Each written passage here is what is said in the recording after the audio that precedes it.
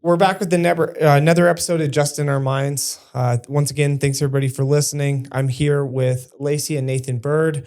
I met them through networking and through some of my new friend group. I think we met at Rachel and Emilio's that Christmas party. Yes. That was with Chip and everybody.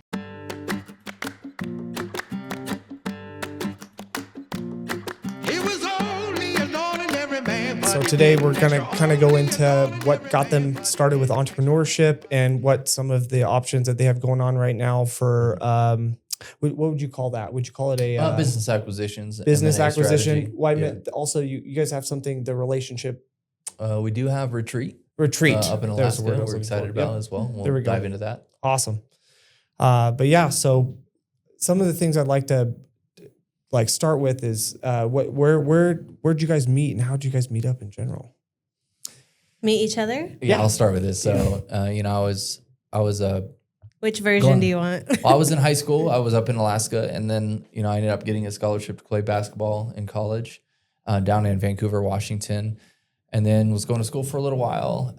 Ended up going and working out at the local 24-hour fitness in Vancouver. Andreessen 24-hour fitness, and that's where we met. Yep. I was working out. I had finished school, and I was just working out, and I developed a stalker, and just kidding. I was like, yeah, she always says that. And then which is he interesting. saved her from the stalker. No, I'm just kidding. No. That's a better story, yeah. No, it's Yeah. funny because, to me, and really, that's really what it was, is I walked up to a door. The door had a full, a large glass, it's a group exercise room. It was a small window. And she thinks that, and she shares the story like it's the smallest little hole ever. Keyhole. And I'm like looking through it. Okay, no, check it out. Here's how the story actually went. So I was training with a friend of mine in one of those group fitness rooms, right? In the big box gyms. And I had set up this circuit, and I'm taking my friend who's also a Nathan, super random. I was taking him through the circuit, and I look up at the door, and there I see this guy just peeking in through the door. And I was like, okay. So after we're done, I go to start putting everything away, and I still have my headphones in, and I walk out the door, and he comes up to me, and he's like, hey, take out your headphones. Yeah. And so I took it out. I was like, yeah. He's like, what's your name? He's like, Lacey. He's like, okay. And then he walks away. Just Yes. Okay. The reason why I did that, and it's interesting that people ask this and we share the story, but I was thinking in my mind, obviously you don't want to be like every other gym person, number one. And then number two, as soon as I asked her for her name, I looked up at the clock and it was 4:30. And I was like, I will be back at this gym every day until I see her again to ask for her number. And I'll be back here at 4:30 every day until I see her again so I can get her number. What sparked that inside of you? I'm very pursuant. We've been asked this. We were on another podcast, and they were like, so what really first attracted you to her? And he was like, oh, her work ethic. Yeah, 100%. I was like, she had no butt wink on her squats. All the form. Honestly, that goes a long way. Well, and it was just I wasn't there, and I've never been that person that's at the gym and is the social butterfly or there to with a full face of makeup. Look at me. I'm literally there to get work done, I love that. And, I think there's more qualities in, obviously a mate or whatever you want to look at it, or a relationship, than just the physical features. Yeah. I think there's a lot. Obviously now we've been to multiple marriage conferences and we've done relational getaways like you were talking about. And we've seen relational dynamics amongst people. And many times those that are only focused on the outward appearance, that's very surface level. Mm-hmm. And it doesn't allow you to truly get to know the person and understanding every element and aspect of that. So when I say work ethic, I meant it. And it was one of those things that I see and had seen in her from the very beginning.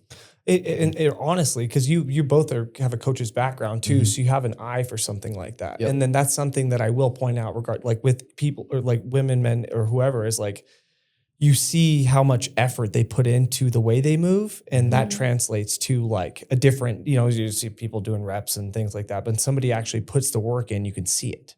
Whether it's physical, emotional, whatever that is, it translates. Your partner, if you really think about, one thing, like for us, we've been through our struggles in marriage, but divorce isn't even something that we talk about. It's not even a question. So it's like, if we're going to do this, like, let's maximize the heck out of it and let's have a great life together. And when you're building with somebody, it really is like you want to be not just be married to an asset, but you want to be an asset, not a liability. You know, and that's something I think about all the time. Not all the time, but a lot is like, am I being an asset or a liability? I was convicted, you know, a few years ago. I've shared this in our own marriage of like, man, for a long time, we weren't even able to work together because we would just butt heads like crazy. Like we were both building our own projects. I had my business, he had his business, but like there was no crossover and we couldn't cross that line because we would just butt heads because we were so different. And I, you know, kind of fast forward, we've obviously now we build everything together, but it was coming through that hump. I felt like God just kept convicting me of like, man, you're being a really naggy wife. Like, and what would happen is, you know, Nate is this visionary. He's great at opening doors. He's great at like moving and pushing and igniting things. And let's just say I'm the door closer. I'm like, I won't move on until something's finished. Like I need things finished, you know? And so I would get really annoyed with him and I'd be like, oh my gosh. And I felt like God just kept telling me like, man, imagine if you actually used all that insight and knowledge and wisdom to help him rather than sitting on the sidelines criticizing him. 100%. And so it was just this shift that was happening within me. And I see that so much in other people's relationships all the time. And I'm just like, it's like this mirror because I remember being that person to where now I'm like, okay, am I being an asset or a liability? Am I feeding into the negativity that he already has going on in his own mind? Or am I off or taking some of that off of his shoulders and helping carry the burden? Well, and again, that empowers me to be more confident in my action steps and the things that I'm challenging myself with when I know that I have support. And it's interesting, though, to your point, is just because you've taken a position of support doesn't mean you're less than. And I think many times people in relational dynamics, if they feel as if they have to play a supporting role, then that means they're less than. And it's completely false. Yeah. And it's a responsibility, though, that those in the lead can also respect and understand the value that other person brings, and then understand how they can best leverage their skill sets and talents, and then also just, you know, being patient as well throughout that process. And that's a real good relationship. 100%. Like dialing and understanding triggers, right? You're like, why is this?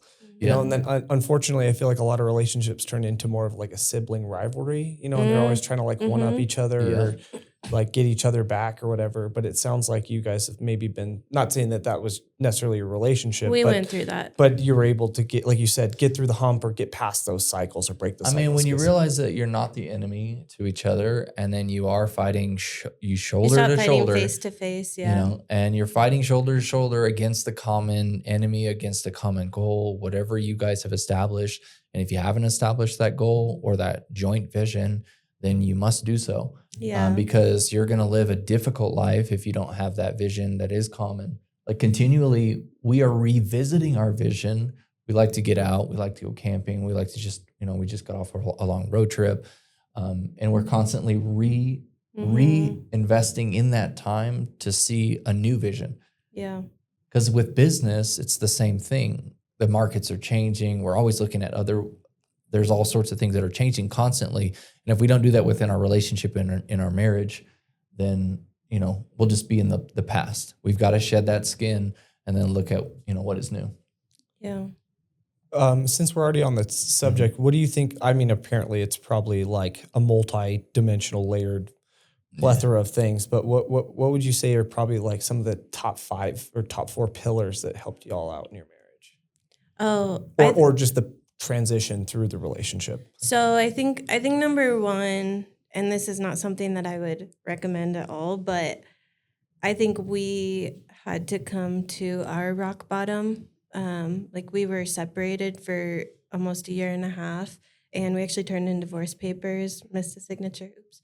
But we were like at relational death, you know, and then through that journey, like I had to come to my own personal rock bottom, and that had to shift things because prior to that I was carrying so much baggage and I wasn't letting anyone in. I had a lot of things that I went through growing up that were very big, like type A traumas, and I was carrying all that and no one around me knew me, and like I had to really come to the end of myself where I was open. And that was when, that was when I experienced a relationship with God. That was when I was humbled. That was when I just stopped numbing everything and allowed myself to feel. So I had to come to that point. And then from there, when we started rebuilding, again, we were like, okay, we tried the whole like divorce thing. Like, we're not going that route again. We're not even going to get close to that. So I think one thing that's really important is people don't have guardrails in their relationship. And the guardrails, if you're driving on the side of a cliff, the guardrail is not on the edge of the cliff. It's like feet before the edge of the cliff, because if you hit the guardrail, that's going to keep you from going over. And you see a lot of people that find themselves flying over the cliff and it was just a slippery slope. They just started drifting apart. Like if you look at literally the number one cause of divorce, it's people started drifting apart because they weren't intentionally growing together, and so one thing when people are coming together, intentional growth together, like we intentionally grow together. We were just at a marriage retreat a couple of weeks ago. We make time for that. We make space for that. We connect in the morning. We talk about our relationship. We treat it like it's a business, because just like with a business, if you neglect it, it's going to fizzle. It's going to fail, And then I would say that's probably the number one. Do you have one? Yeah, with her and just understanding some of the traumas that one has experienced in a life, it's important to be patient. But then also for me, I instinctually wanted to change one into whatever I want them to be for me.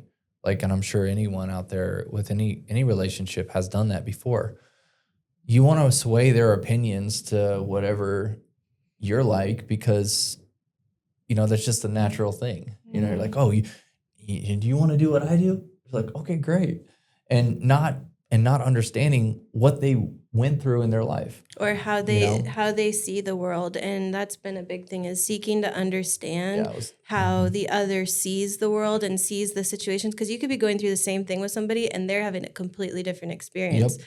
And that was just kind of getting like mulled right over early on in our relationship. Well, because again, I didn't take the time to be patient, really to understand where she's coming from.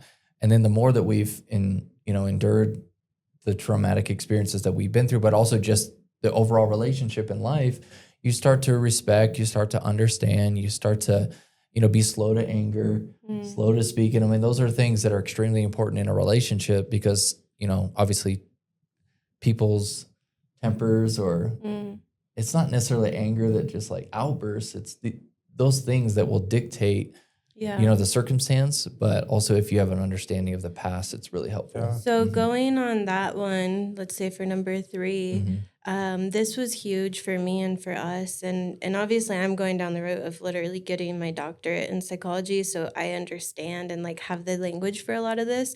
But prior to probably 10 years ago, I had no emotional intelligence. I just tried to numb everything, and I tried to keep all of my emotions within this safe range. There was no like belly laughing, exhilarating, fun, like present. There was also never any just like heartbreak and loss and like tragedy and like allowing yourself to feel that. I would just like numb it. And if I started going out of that, my body would literally reject it, and I would start going into a panic attack because I had suppressed everything for so long. And so for me, being able to, because our brains are literally pattern generating machines, and they categorize through language. Like we process and categorize through language. So when somebody's sharing their story and part of it resonates with you, it helps you process part of your own journey because they put language to something that has just been flying around in your head as an experience, right? And so for me, like intentionally getting, like I started with art therapy and just getting to understand and like draw out my story and being able to put language to it and words to it. But then being able to build up emotional intelligence allows me to actually, because like he was saying, angry outbursts, like anger is a secondary emotion. It's not even a primary emotion. So when you see somebody and they're just like triggered and angry, that's not like they're not angry, they're hurt. There's something's happening deeper. And when you can get to that deeper level of like, what am I actually experiencing right now? Then you can have that conversation. And when you have that safety in the relationship of being able to work through those things together on a deeper level, because a lot of people, they just start shutting down and they shut down and suppress and they push those emotions down. And like your partner should be the one that you're literally experiencing and doing life with. And so that was huge. Like me being able to do the work, to be able to actually, and I'm not perfect by any means, it's a work in progress, but the fact that I can actually put language to what I'm really experiencing and what's really happening and have that vulnerability has been huge. I'm going to say that your actions now are a byproduct of every culmination of belief systems that you've ever gone through that then is now culminating to the person you are today. And understanding that in everyone that we come across in our life is extremely important, because then you will be slow to judge because you don't know somebody's story. And that's the same thing within a marriage and relationship. And the more that we understand that, the better that we can understand and how to actually create good relationships with those that are around us. Because we'll have a preconceived snap judgment of somebody, which is either societally produced or it's within our own belief systems, or there's a multitude of pressure points that are leading us to an end thought. But anyway, without getting so far into that. Well, I just want to add to that because prejudice, like this is something that I've actually been studying over the last couple of years, is that, again, your brain wants to make quick judgments, like super fast, because it's taking in so much data through your five senses, but you've already created all these belief systems, mostly by the time you're 7. And so you filter in data based on those belief systems, and then you'll categorize it. And so you'll see somebody, or somebody will remind you of somebody that hurt you or whatever, right? And you'll see them and you'll just immediately prejudge them, right? And when you do that, and I've had this experience multiple times, actually. It's funny. Like I have a good friend and I've told her, I'm like, you triggered the crap out of me at first. Like I did not like you. But it was because she reminded me of somebody that had harmed me. And when I got past that and I just kept showing up for it, and it helped heal a piece of that, and so I think when you surround yourself around people and you're actually present and you actually seek to understand, no matter who it is, even if it is somebody that's actively causing you pain, if you're really trying to seek to understand like what's going on deeper underneath the surface here that you're not actually saying, it's like, think of it like a little kid throwing a tantrum, because most people do not have the emotional intelligence or the language to even communicate what's actually going on, let alone, hold space for someone else who's going through something. I mean, I was going to say, to your point, it's important to understand identity and the specific language that we place towards ourselves, and putting language. You've said that multiple times now, and I'm sure this could be another podcast, but there are specific terminologies, or, I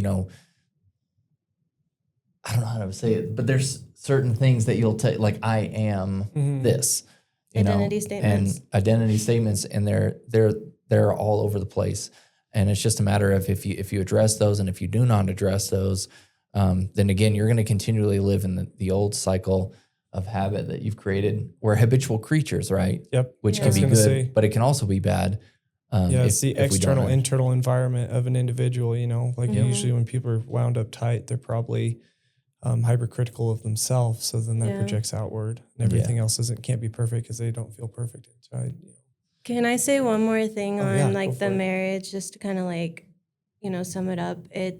So we're obviously building a $1 billion life together, and we're building our dream life, and we're building like we are actively doing it, And I will say that early on in our relationship, early on in our marriage, we've been married for almost 12 years. Yeah.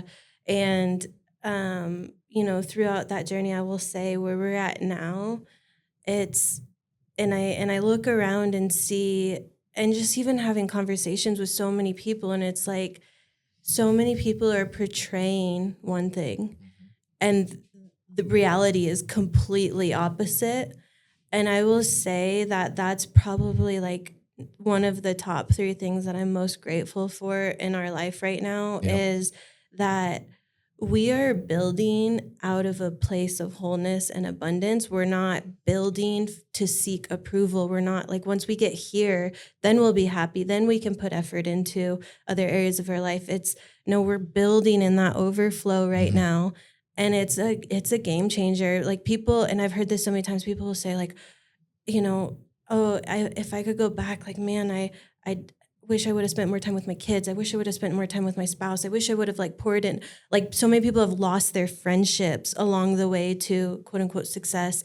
And they get there just to find out that that doesn't fill their cup. And I will say that when you have that, when you have intentionality with your marriage, when you have intentionality with your own health, like not just physical, but mental, spiritual, emotional, when you have that health, when you have friendships, like real, genuine, authentic friendships, not people you're just trying to like impress all the time, but those real friendships that you are having belly laughs with, it's like when you have that, oh man, you really have way more strength. Like you have 10 times the amount of strength to actually build and go after those things. We want to look towards long-term sustainability. And that's really what you should look at, you know, obviously within your marriage. I mean, that's a business thing too, right? Because you want to create stability for customers that'll continue to come back. But I mean, it's like with your marriage, you want to create a sustainable, long-term approach to enabling a life that you dream of, that you both now have agreed upon. I mean, that's a wonderful marriage. That's a wonderful relationship, really. But there are a lot of dynamics that can alter that. And one of the biggest things is removing or going outside of authenticity. So if one isn't connected, you know, to again purpose or to their drive, which then removes them out of that authentic self, then you're going to have a disarray within a relationship because one is going to be, you know, going a different direction. But and to your point, I am very, very happy that we're in a position that we're continuing to build and challenge others. Because for me, it's not about living a selfish life to where, hey, we get to the mountaintop and we shout hurrah. It's a matter of also that coach inside of me is challenging somebody else to go above and beyond within the relationship, to get to another level, to grow, to be, you know, to go through difficulties. If we don't go through difficulties, then we don't grow. So I always say grow through difficulties and not go through difficulties. Because you're going to end up at you could probably end up in a similar cycle, right? Same thing. That's awesome. Because that's honestly, you guys touched on exactly what I was thinking the 4 pillars sounded like. It's like communication with internal and external for your spouse and just being able to stop wearing the mask or thinking you have to have the certain role. Because I know men and women both have this archetypal role. They think they have to be the provider. They think this, they think that. And I know that's a very troubling place for a lot of people.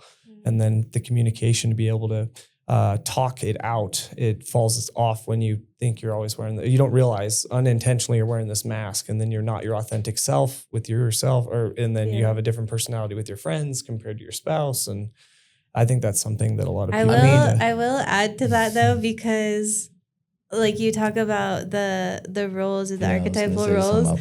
And it's funny because I've actually been on this journey of like, I didn't realize how masculine I was being within our relationship of like almost fighting for this control. And I feel like over the last bit of time, and it's funny because we were just at this marriage retreat and it was like very heavy on this topic about being led better as a woman, as like men are literally programmed to provide. And to be completely honest, and I know this is going to be very controversial for a lot of these like women empowerment, and I am all about women empowerment, but I feel so like out of design when I'm trying to carry the weight of like providing, when I'm like trying to take that from him because I'm like doubting his ability to make the right decisions. But when I come underneath him and empower him and support and nurture, like it's very different. It's like I'm still providing and I'm still having a role in that, but I just feel a lot more like we're more in sync, but I just feel a lot more in my natural design of being like nurturing versus rigid. And like I had to grow up that way. I had to grow up in this like control, very much like for myself, out for myself, but I didn't realize how I was carrying that into my adult life, into my marriage, and how that has actually, like, it's funny because we're so open to growing, you know, as we go. And we're like, and I just realized that was an area I was really convicted on over this last retreat. I was like, man, am I like being led? I really fight being led. Like, I don't like being led. And it's just been an interesting journey of kind of coming back to that role of like taking that burden off of myself. You're like, I guess I can let off the gas a little bit. You know? Yeah. And then it's funny because if she lets off the gas per se, then that's more support that she gives me. So then I can actually double down, knowing again that I have the support versus us having to compete over that. Exactly. And it makes for an amazing performance based culture inside of the relationship as well, because it's like, oh shoot, now we're rolling on all cylinders. I think it makes it easier or less complicated to find what holes need to be filled. Yes. Like for me, it's kind of funny because my ex, she was a paramedic and a bunch of stuff, and she'd go out for all day, and I was working from home, and just when I owned the meal prepping company. So I'd cook dinner, I'd clean the house type of deal, but I was okay with it. I'm like, it's okay. Just funny to see the dynamics, you know, I think that's a big thing is like the more you're able to see the awareness and register with and communicate with your spouse, so you can kind of see where the holes need to be filled. And you're like, oh, dang, if I wouldn't have backed off a little bit, I wouldn't have seen that we need more support here and then let him go do her thing. Well, and to your point, it's really important to not have walls up immediately once someone says something or has a form of feedback. You know, I think it's important to address specific areas within a relationship with a respective way of growth. So, you know, there are growth opportunities within a relationship. And if I'm going to have an ego and say like, no, I'm going to do it my way, and you can't tell me anything other than that, like that's very unhealthy for a relationship, you know? So whenever she comes at me with a specific growth opportunity, then again, pause, don't let ego jump out ahead. Have patience about that feedback, because again, if you have a growth mentality, then you're going to sit there, you're going to take it, what is needed, and then you're going to assess and then make your action. Well, it's funny because when you have the lens, and we actually, at one of our marriage retreats, we went through this exercise, and it's really interesting. And I guarantee like most couples will probably fail at this, but we went through this exercise. And if you really think about every point of communication, if your goal is oneness, like how do we get back to that oneness? Like we're using this versus defending, you know?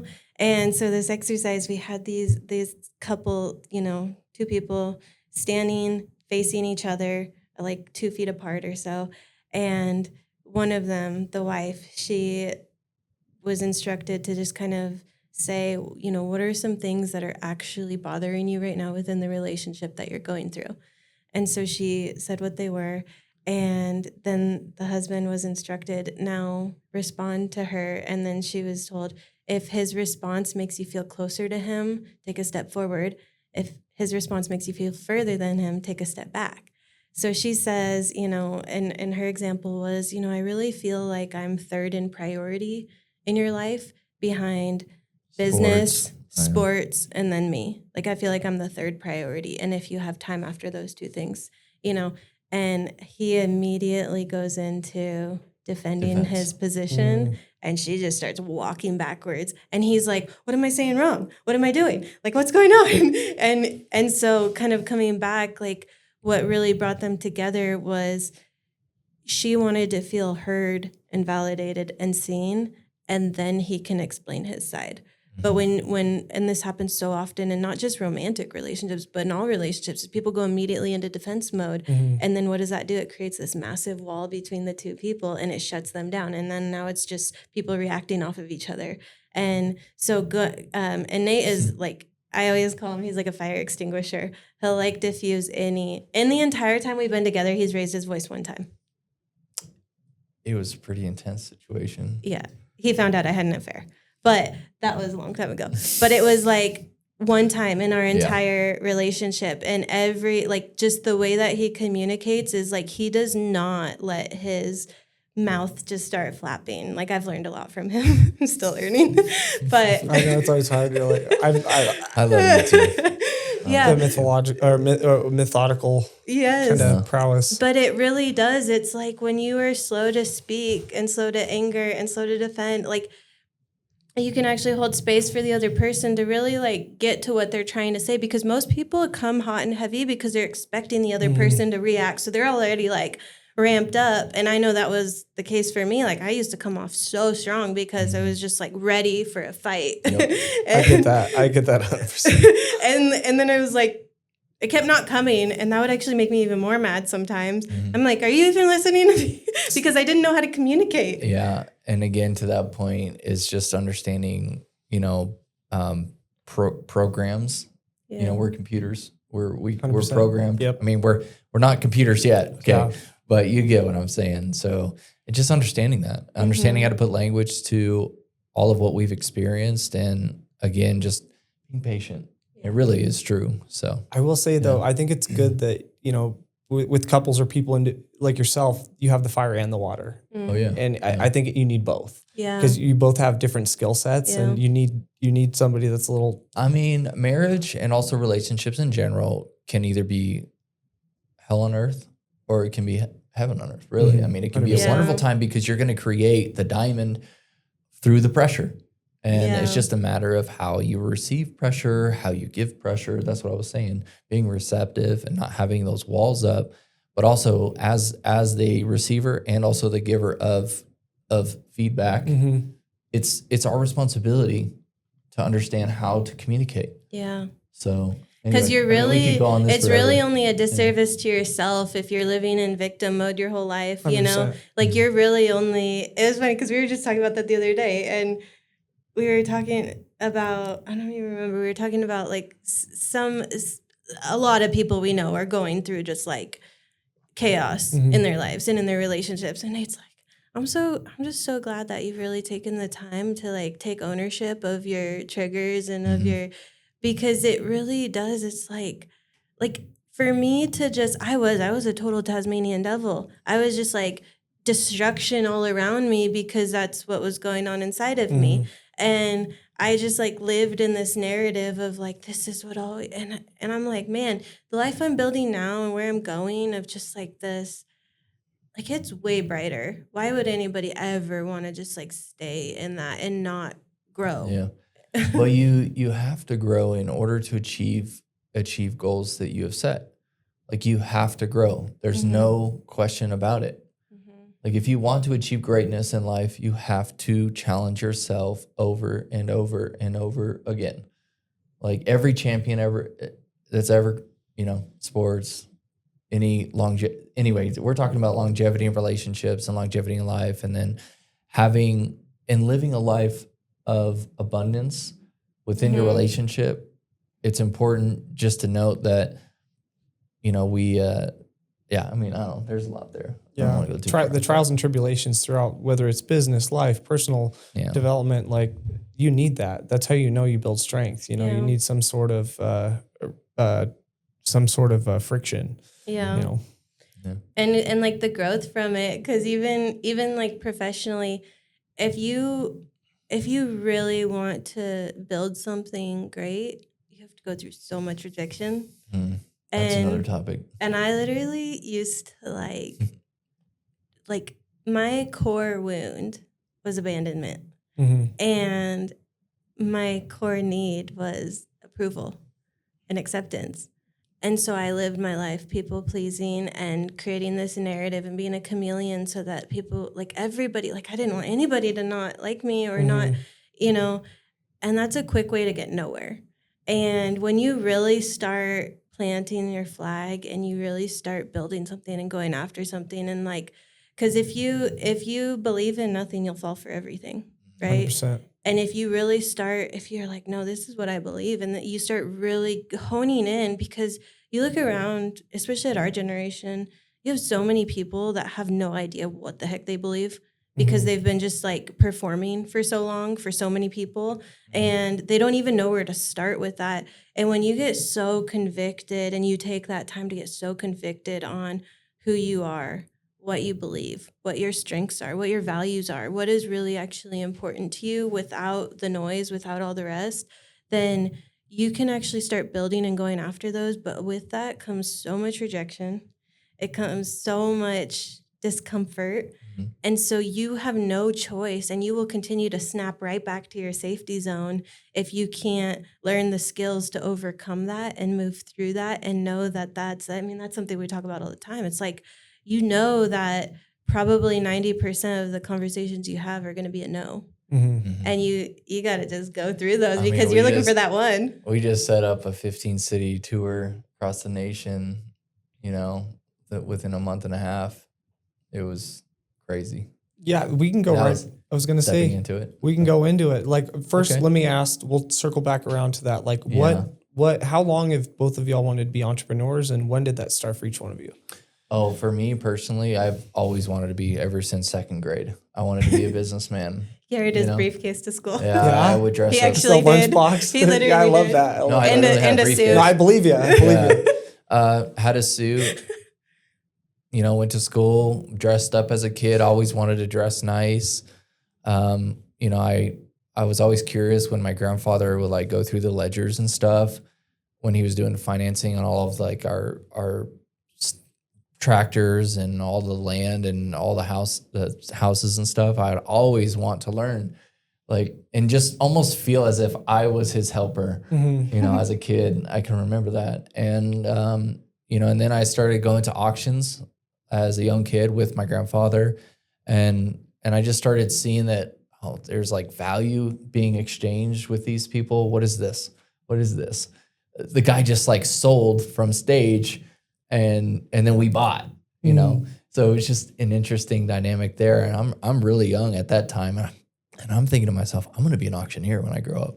Like, I'm going to sell stuff. Yeah. I guess start talking fast. And I really, so that's really when it began. And, coming from a family where you the farm life, and you really just, whatever you have, you can make not just a business, but it's hard work, and there's so many correlations between farming and then like entrepreneurship that I learned at a very, very young age. So that's me. But, yeah, my route was a little different, actually. I never even really thought about what I wanted to do. I was so conditioned in survival for so long that I was just focused on like the next thing in front of me. And, I grew up in and out of the foster system, but my first real job, I was a welder at an afterparts auto store, and I was doing like repairing rebar and bumpers and stuff.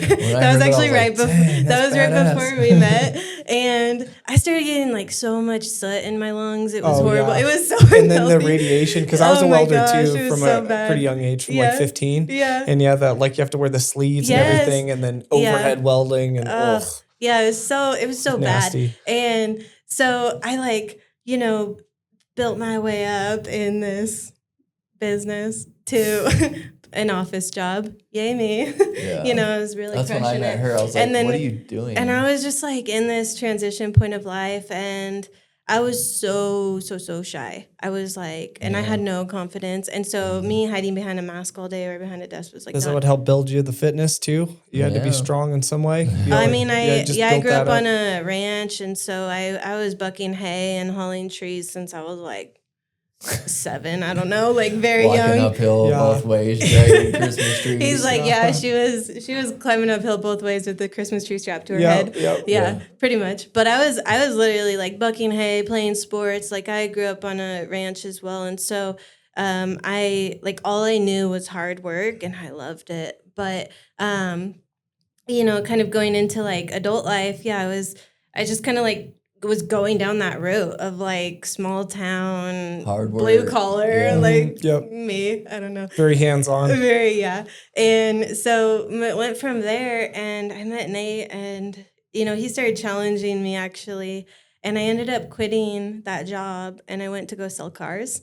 And I was horrible. Like I was so bad. I would literally, because they do it on this rotation, and every time it's every time it was my turn, I would like go hide or go to the bathroom or whatever because I was like so nervous.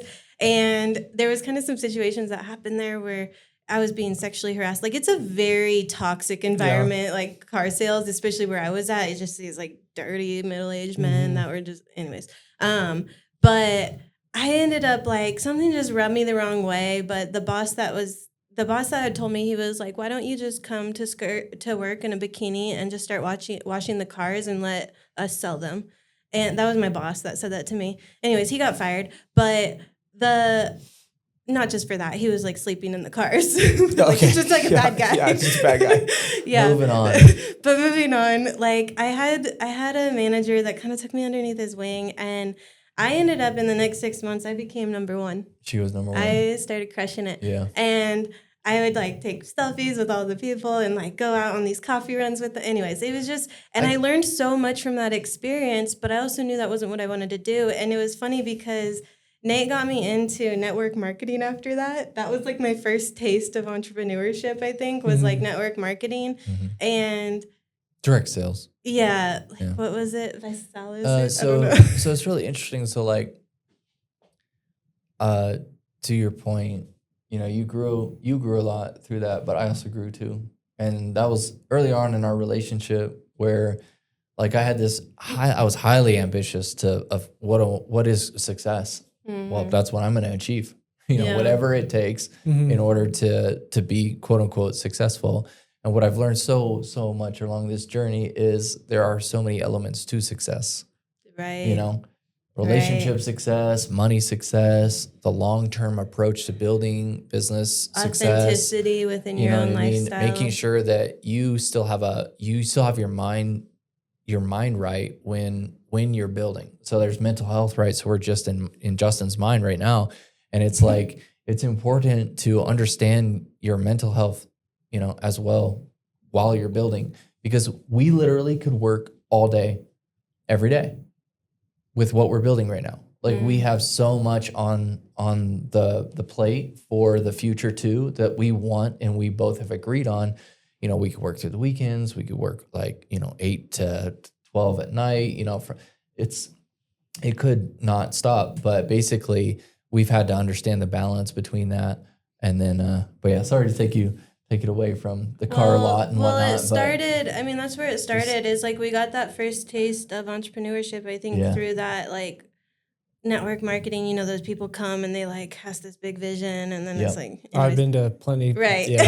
I mean, and we got this opportunity. Some are great. And we were all about the opportunity. And we just started building, but like I would say pretty quickly realized that wasn't what we wanted to build, because we didn't want every single person in our life to be an opportunity. And I will tell you, a lot of the people, nothing against it, like I know plenty of people that are crushing it within the direct sales world, but most people that do that, it's like they completely lose sight of the human in front of them, and they turn them into an opportunity.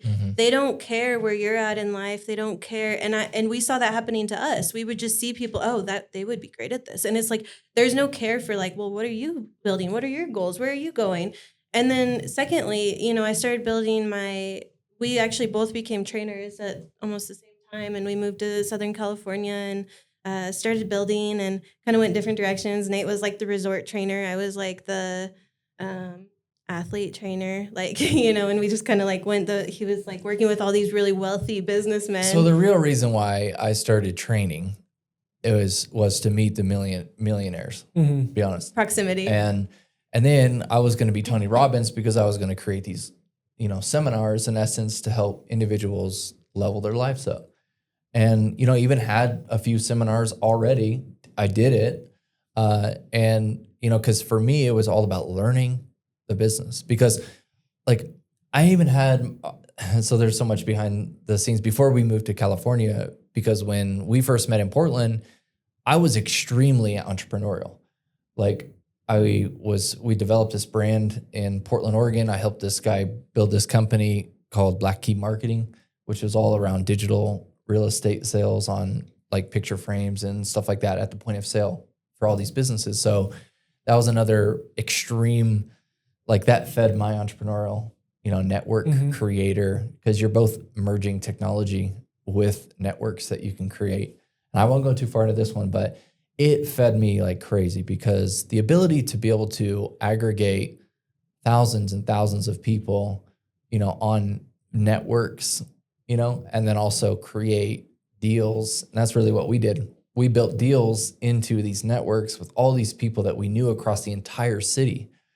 So we'd walk around to all these different restaurants and luggage places. We'd get percentages off. We get free burgers. We go to any place within the over 200 different businesses that we had relationships with, and we would get free stuff, discounts for everything. And we would then cast that off to all the other people that we knew. So anyway, that's just another entrepreneurial endeavor. And, she didn't know me then, but, that was kind of when we first met. Kind of sparked the idea for the networking into just networks, systems. Tony Robbins, we understand coaching systems together. And then we then got together. We started doing fitness training, and then she started an online program. We were both in Southern California. We were both working at gyms. And then Nate started veering off of the fitness route and started getting into business and steel brokering and sales. And I kept going down the fitness route, kept getting more certifications, I wanted to be the best at it. And I wanted to understand all the nuances. And so I kept building, we actually converted our beachfront garage into a studio. And so I started training from there, and really kind of built to that point until COVID happened. And when COVID happened, and we had an art gallery too, but when COVID happened, we left Southern California, and all my clients thought the world was ending and stopped as well, stopped caring about their health. And so we went to Alaska, and I just immediately started building online. I had one client, and I started with Zoom and emails, and I was like, I'm going to give this one person in front of me. That's one thing that I'm very big on, is when there's chaos around me, I have to find a foothold, and I will focus in on, and even when COVID was going on and all this was unknown and everybody was freaking out, I consolidated. I spent 30 days. I didn't turn the news on once. I didn't care about what was going on around me. I literally consolidated everything we owned, and I sold it, gave it away, got rid of literally everything in California, and we left and just had. That was a really wise decision. It was but it shifted our focus so that we didn't have, because we went back a couple of years later, and so many of our friends were still waiting for things to go back to normal. And I'm like, what does that even mean? And so it's just I pivot pretty quickly. And that was what I did when we left, is I'm all right, I'm going to just focus in on, I've been kind of on the fence of this going online thing for years.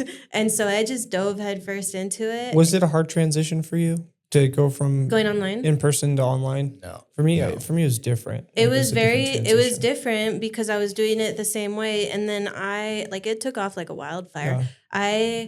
I grew so fast, and we filmed hundreds of hours of videos, and I didn't fully know what that was going to look like yet. Cause remember, I had one client, but I was just I'm going to do it. I'm going to keep working on this every single day, because if I keep working on it and moving forward, it's inevitable. You know what I mean? Something's going to happen here. And so I just kept working on it, and I started duplicating and compounding so fast. And I would say I actually grew too fast, and I made a lot of mistakes that I look back now. I actually built in a certification program into my program. So I'd built this 8-week program that I would take on repeat every week. I would have a new 10 people starting, and they would go through this 8-week program with me. And then I would just take these 8 women or 10 women through 8 weeks and it was teaching them about nutrition and fitness, and getting them the foundational tools, right? And then a lot of them would come through the other end of it,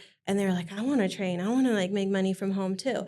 So I partnered with NASM and would get them. I created these study groups, and then they would get certified, and then they would become coaches. And I was like, this is great, because it's helping me scale, because now I'm bringing on way more people than I can handle anyways. And that blew up in my face, because number one, I had thousands of hours of experience, tons of certifications, lot of like I've worked with from children to disabled Paralympians to senior citizens, like literally everything in between, right? And now, so that's like what this business is like portraying, like, right? And then people are coming on board and they're getting paired with somebody that's never trained somebody before and never trained in real life. So now I was just completely bottlenecked by having to like train the trainers, having to like train their clients, having to like build all this marketing material because I was growing so fast that I was having like it was literally all coming on my plate to where I ended up going through this season actually where another thing that I learned was you kind of just stopped.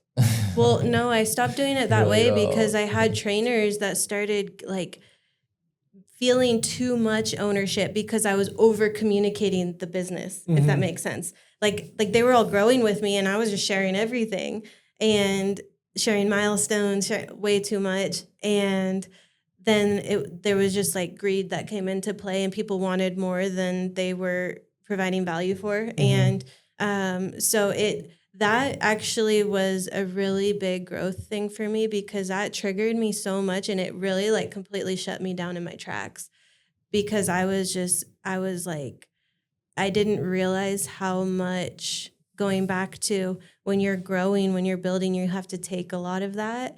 And I wasn't ready for it. And so I let these people's comments and it was literally maybe 3 people.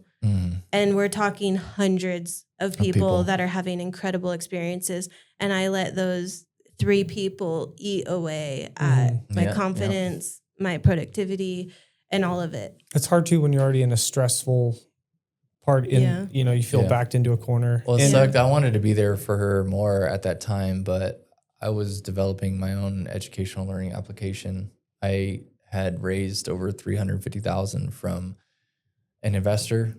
And I was subservient to not just the investor, but I wanted to create this new thing, and then we didn't stop working though.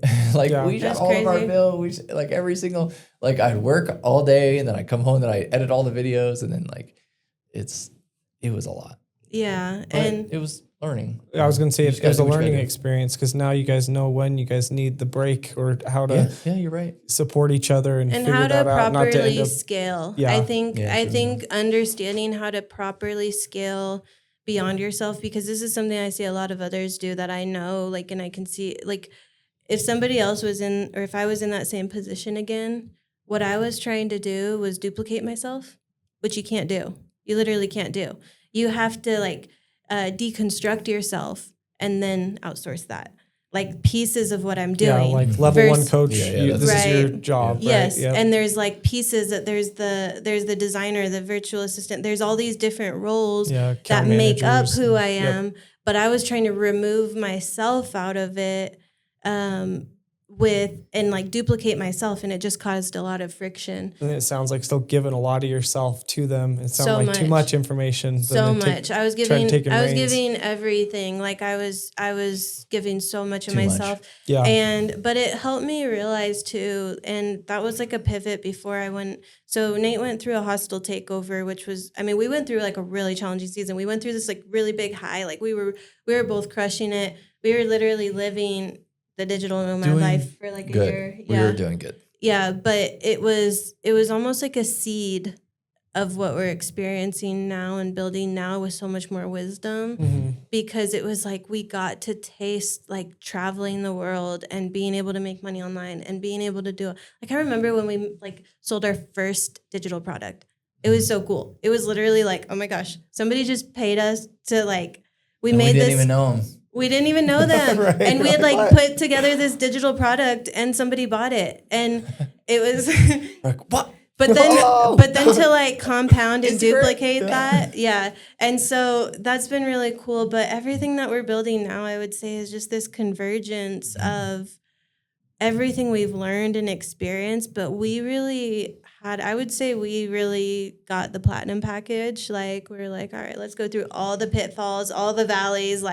We're gonna just fail a lot, but we learned so much, and it's we have relationally, personally, like Business. we've learned so much that it's like we will be, I believe, in this progressive growth steadily for the rest of our lives because there's no reason not to, because we're not chasing this end goal. We're not trying to get here so we can be happy. It's like we genuinely love building value for the world. And when you live with that lens and you're like building it into a lifestyle, an integrated lifestyle where you have like we work really hard and then we have fun and we'll do things and we have rest and we, you know what I mean? We integrate it all together. It's like, it's the process, Right. you It's know? the journey itself. And once you can be present through the journey, then you can be, I noticed that a lot with business and different endeavors is you get that tunnel vision. Next thing you know, you're looking at your feet and you're not enjoying what's around you. You know, like you don't see the flowers, you don't see the mountains, you don't see the process. I mean, I always say this: discipline equals freedom, and then also understanding like the longevity that you're creating, and like again the sustainability of what you're creating. And if you look at it, for example, like we're in a growth phase right now. You know, we're building acquisition IQ, we're building Aquacon, there's a lot going on there. So we have to really put our heads down a little bit, but know that at the end of that, you know, and we do have specific metrics that we're wanting to attain, and then we know where our rest is going to be, and then, you know, but we always have rewards. So, it's like we have these aggressive goals, but then there's always a reward of like, okay, that's another thing. If we hit our goals this week, we're gonna go camping. If we hit our goals for the conference, we're gonna go sailing. You know, and it's all just experiential focus because it's like, why not? And it's so funny, like, why not build the exact life that you dream of? 100%. Like, why?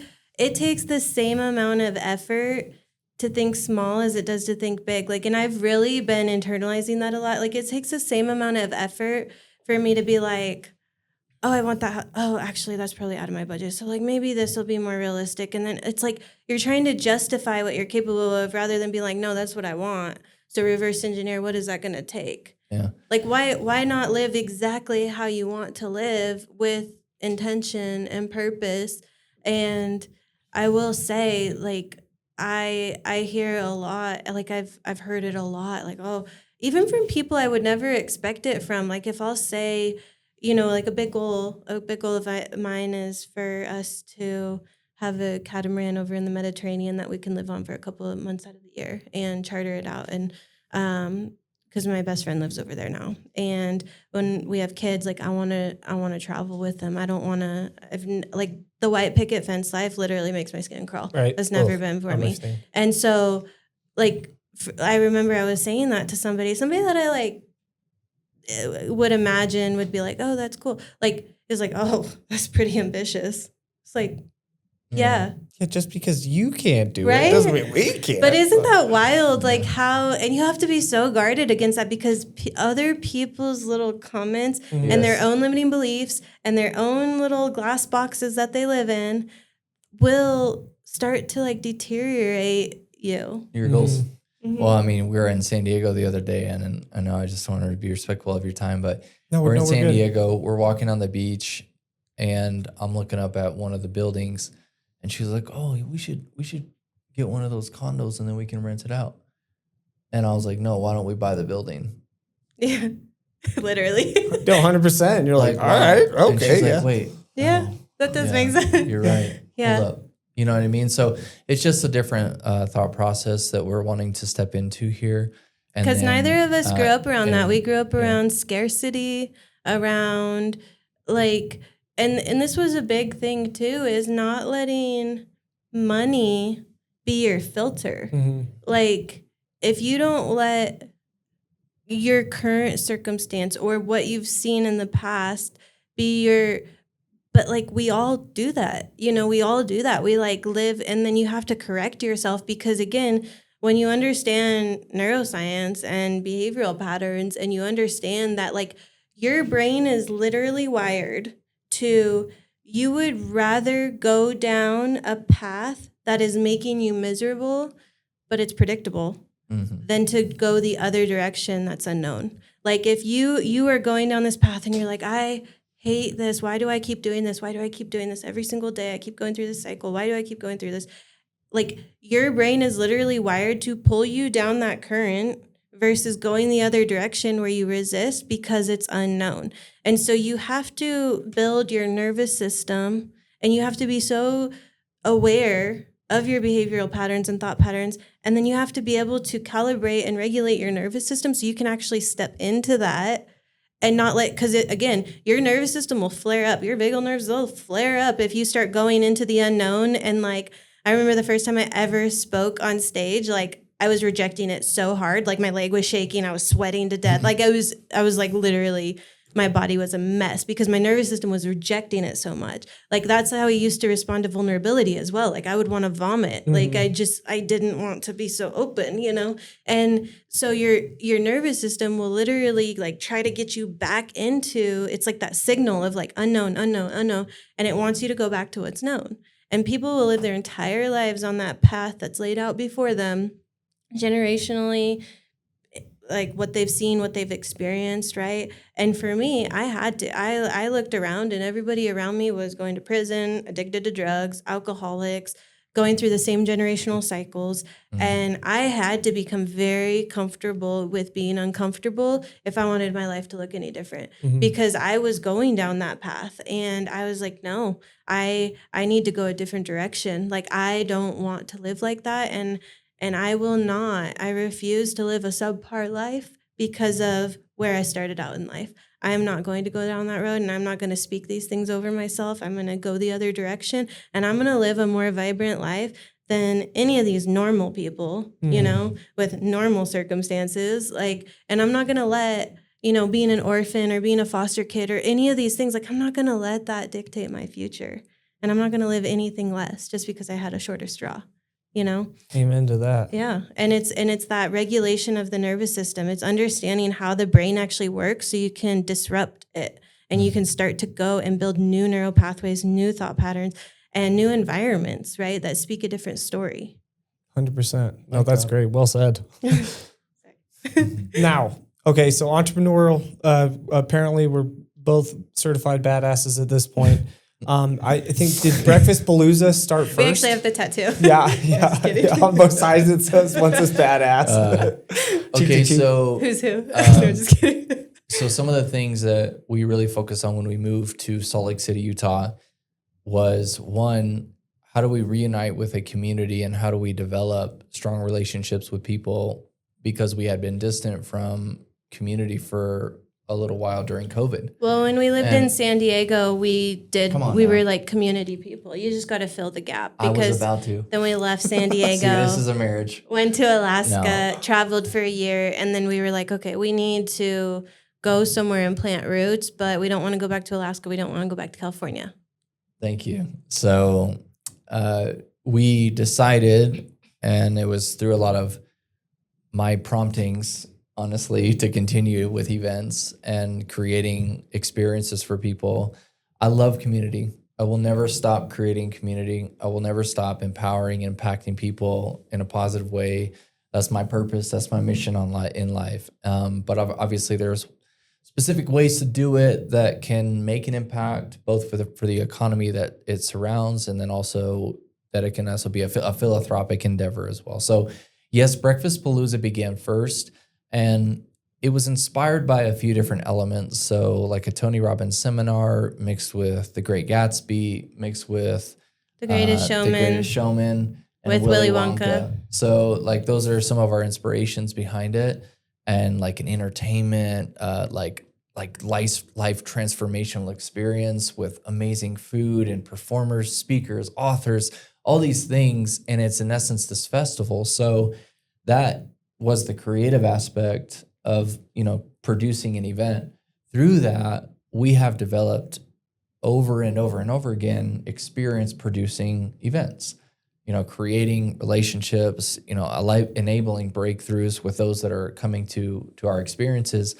And again, it prompted us to be very strategic about how we develop events, and then also produce the Acquisition IQ and then Aquicon as a value proposition for small business owners that are exiting their businesses as well as wanting to purchase businesses.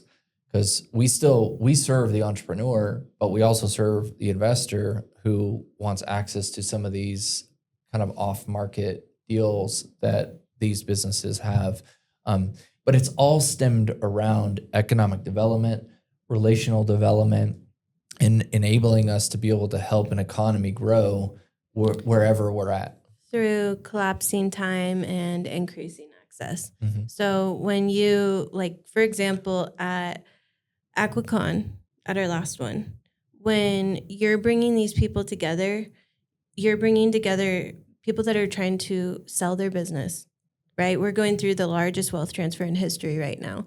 And you have this mass amount of baby boomers who they essentially own their job.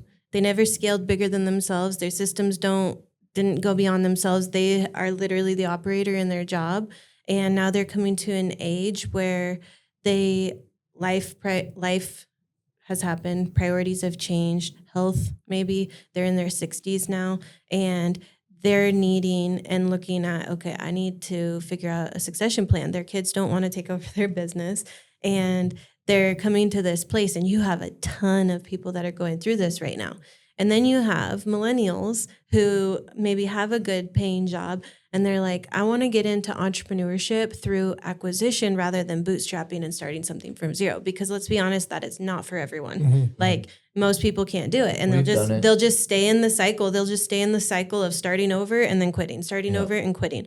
And so when you purchase a business and you infuse technology and systems and like upgrade it, right? There's a lot of millennials right now that are wanting to get into that. They're wanting to buy a company, and there's so many strategies and ways to do it, but there's not really anywhere right now yet that is having those conversations, like educating, teaching, how do I do this? How do I buy this company? How do I sell this company, right? And then bringing everyone, converging them together. So we have this room where we have the sellers, the buyers, and then the service providers that help make the deal happen. And we are collapsing and condensing time by years, if not decades, for these people, because they will spend years and years and years trying to get the right information, trying to figure out how to start, trying to figure out who they need to talk to. And we're bringing all these people to one room, and we're creating the narrative and the education around it. So we're collapsing time for people, and we're increasing access. And I will say how the Breakfast Palooza started. It literally started with when we moved here. And this is kind of funny because this just goes to show Nate's personality. Like, we moved here. We had our first event within 30 days of even living here in Utah, and we knew one person. And when we moved here, Nate was like, we should just ship a pallet of maple syrup here, and Kodiak Cakes is here, so let's get some pancakes and let's just invite people. We had an investment in an art gallery downtown at that point. He was like, we'll just invite people over for a breakfast. So he like reached out to some people, and it was hilarious because we had about like 30 people at our very first one. And I swear to you, every single one of them was like coming up to me like, I thought I was going to be the only one here. Like, how does this guy even know people? Like, what? He's like introducing me to people that I've never even met before. And they were all like really quality people in the area that are doing big things in Salt Lake. And it was just funny bringing them all together because when we moved to Salt Lake, we realized how siloed this community is. Like, people don't really cross over. Like, if you're not part of that community or part of this ward or part of that culture, like, people don't really cross over, even though, like, wow, we have so much in common, you know? And so people wouldn't travel from Orem. They wouldn't go from like north to south or even, and it's so funny. So and we started like bringing all these people together that had like, what, you guys don't know each other? You should really know each other. And so we started just like ripping down all those perceived walls that had been created. And we're just like inviting all these different people, like no matter their background or That's age what we love about the Breakfast Palooza. And it's just it ignites that relational development. And that's my heart behind it. And what I've realized, and we see a little bit of a different dynamic that has been developed, and for good reason, with AquaCon, the conference, and then Breakfast Palooza, the experience. So, and it's completely fine. Like, you don't have to come to AquaCon if you're going to Breakfast Palooza. You know what I mean? Yeah. And it's just, we have two different events they're that not we produce even that have different personalities. And they're not even necessarily the same demographic. Like, our acquisition IQ community is a lot of accredited investors. It's a lot of hold co-founders, people that are buying businesses, people that are like, and then Breakfast Palooza is a lot of entrepreneurs that are like in that building phase. So they're in that bootstrapping, they're growing, they're building something, you know? And I think creating community amongst individuals that are in that season is so, so important because again, going back to my previous statement, like that is what is going to give people that superpower to get to the next level.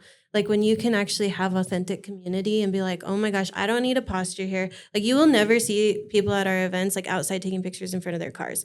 That like it's not about that. It's about like, hey, once you come in these doors, it's about like we are all humans and we're all growth-minded humans and we're all pushing the needle and trying to add value to the world. And you know what? We're actually going through a lot of the same things. And so if we can like put all that posturing and comparison out of the way and actually come to the table and like be there for the person on the other side, like the breakthroughs that happen there, the friendships that are developed, like it's amazing how many friendships have developed, business has developed, collaborations, because it's that collaborative, supportive community where people aren't there just like comparing themselves to others, you know? And that's something that we don't stand for. But then Acquisition IQ and Aquicon, it's like, it is very educationally focused and it is very... We don't mess around. It's straight business. It's like, it's tactical, it's strategic, it's educational. But Breakfast Palooza is like fun and flowy and relational. It's a good time. Intent. Yeah, exactly. It's a little more open. It makes sense to have both too, especially with buying and selling businesses. It's a little more fine-tuned for... It's extremely fine-tuned. You can't mess around. Like, you got to know what you're doing, you know, and every aspect of a team that has to surround that person around what they've just created or what they're wanting to create with significant funds, you know what I mean? So, like, I've had to balance my personality between the two as well, because, like, I have this creative element to where I just, like, I live on the clouds, you know, and I live like big, you know, and then to bring it not necessarily back down, but more tactful in nature, and then understanding all the intricacies that challenges me with, but also, again, we're creating so much synergy. And at the end of the day, we talked about this morning, it's really all about continual value that we create for those that are around us. We don't need your acceptance. All we need to know is we're creating the most value that we possibly can with what we are creating. Like, we don't need your acceptance. Like, you will continue to come back to what we produce because of the immense value that we continue to create. That's it. Like, we're value-driven machines. You know, we have a really good podcast interview actually on the Acquisition IQ podcast with one of our special guests that we had in Phoenix. But anyway, it's long. It's all good. Yeah, you have to send that to me because I want to see and listen to it. Well, he had, so Lee, he is a systems genius, and he had a nine-figure exit, and that wasn't the end for him, not even close. Like, he built from scratch to a 9-figure exit, and then he's now the CEO of 2 other large organizations. And he, like, literally, if you go to this guy's house, it's just a compound. He has a dojo in his house. He has a recording studio in his house. Like guitars. Like, he is play guitar. He's cool. Shout out to you, Lee. But he has everything he could possibly ever need or want, right? And from day one to now, to like his focus has not shifted from value creation. And it just goes to show, you know, you see people rise and fall and come crashing down because they're chasing something on the outside of them. But if you are constantly living your life through that lens of how can I create value? How can I create value? You will be rewarded, but you will also live a very free life without the noise of others. And you won't be constantly questioning everything that you're doing. You'll literally provide value for the world on a continuous daily basis, and everything else will follow. The more value that we focus on creating, the more really internally focused on creating the best product that we can for the world. And then it actually shuts out all of the comparison that we may have or may, you know, in the future have based on what we're looking at like you're saying, the distractions. Yeah. So yeah, anyway, you just stay in your lane. If you just stay in your lane, and I think a lot of people look outside of themselves, especially now with social media, they look outside of themselves at what they should be doing to be happy and to be successful. But really, the more you look inward at what is my story? What have I experienced? What are my actual dreams and ambitions and goals? And you just tune out that noise and you keep looking inward at what am I uniquely designed to do and create and speak to and build. And if you spend your whole life building that, and staying in your lane, you'll live more free than most people. 100%. That's something I love about each one of you is you actually want to help. You could tell, like, it's not just like a something you say, like, and I can genuinely, you two are genuine. I could feel it. Like that was something. We're intense. That's for sure. Yeah. I mean, some people think that I'm like really intense and maybe intimidated a little bit. I don't know. I appreciate it. But all I know is let's get to work. Like, do you have an idea? Mm-hmm. Let's make it a reality. Yeah. Like, let's make it a reality, because then you really will be happy because you're living your dream. 100%. Yeah. So that takes people that lot of work. People that get offended or think you're intense, or they're just comfortable living in the what ifs and the ideas versus what if I do it and it fails? I mean, I made her uncomfortable so many times, like to reach after her dreams. Yeah. I'm like, no, you're a professional artist. Your imagery is absolutely Remember amazing. That one time that you forced me into an auction? Yeah. And it was at this dinner party and nobody was there for an art auction, and he's like, all right, we're going to do this. You're living both your dreams. He's like, I get to be in the auction now. This is for you. And then our singer, it was so funny, the musician, he came and took the mic from him, and he's like, all right, get out of here. Let me do this. It was hilarious, but no. It was so uncomfortable. We ended up auctioning off her piece. Yeah, they sold it, but it was just so uncomfortable. Yeah, we have a lot of stories. Yeah. But just so many things. You got to get out of your comfort zone. If anything, people kind of like wrap up here, but it was like, if anything around this podcast, it's like, first off, understanding communication, within your relationships and how that dynamic is extremely important. Understanding, how to, seek to understand. That's the biggest thing. And then moving forward in your goals, dreams, and aspirations, it's all possible. It's just a matter of the longevity that you see, the value that you're continually creating, the challenges that you're going to have upon, you within your life, and making sure that you're surrounding yourselves with the people that will do so, with love, with kindness, but also with intent and focus, because that's really what we go through with each other all the time. Are you intently focused in challenging yourself, but are you disciplined enough in order to achieve the dream that you just said that you wanted? We literally go back and forth with each other on that specific statement. And I think at the end of the day, one of our biggest takeaways is if you put in the work and build the support system around you, you can do anything. You can 100%. Literally go after anything. I think most people sacrifice that support system to try and chase things on their own and lose everything. But if you build that support system internally and externally, friends, family, spouse, relationships, if you really pour into that, you can take on anything. Yeah, so well said. Y'all touched on so many topics so quickly. I love it. I did, honestly, it was fun too, because some of the questions I was about to ask, I'm like, oh, never mind. They just answered my question. I didn't even have to bring it up. So, well, we've been doing podcasts for a little while. No, 100%. She's got her stuff coming out here soon, and we're excited about that. But yeah. So in closing, where can everybody find you individually? Where can they look for you, and what other projects and things like that do you want to talk about that you have coming up? I'm simplifying everything in my entire life. So right now it's just Nathan Byrd on LinkedIn, Nathan Lamar Byrd on LinkedIn. And then we're creating some more content on the Instagram, which is just Nate Byrd CEO. That's my handle. And then you can also follow our website at nathanbyrd.co. And then she's got her stuff.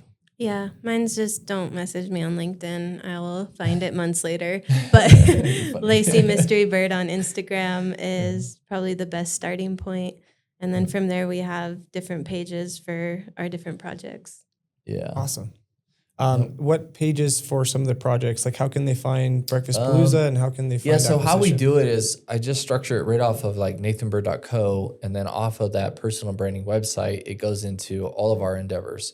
So from Aquacon to Acquisition IQ Network to Breakfast Palooza, which is also found on that page as well. So it's just a one-stop shop. Awesome. We have pages for the Breakfast Palooza at the Breakfast Palooza and at Acquisition IQ.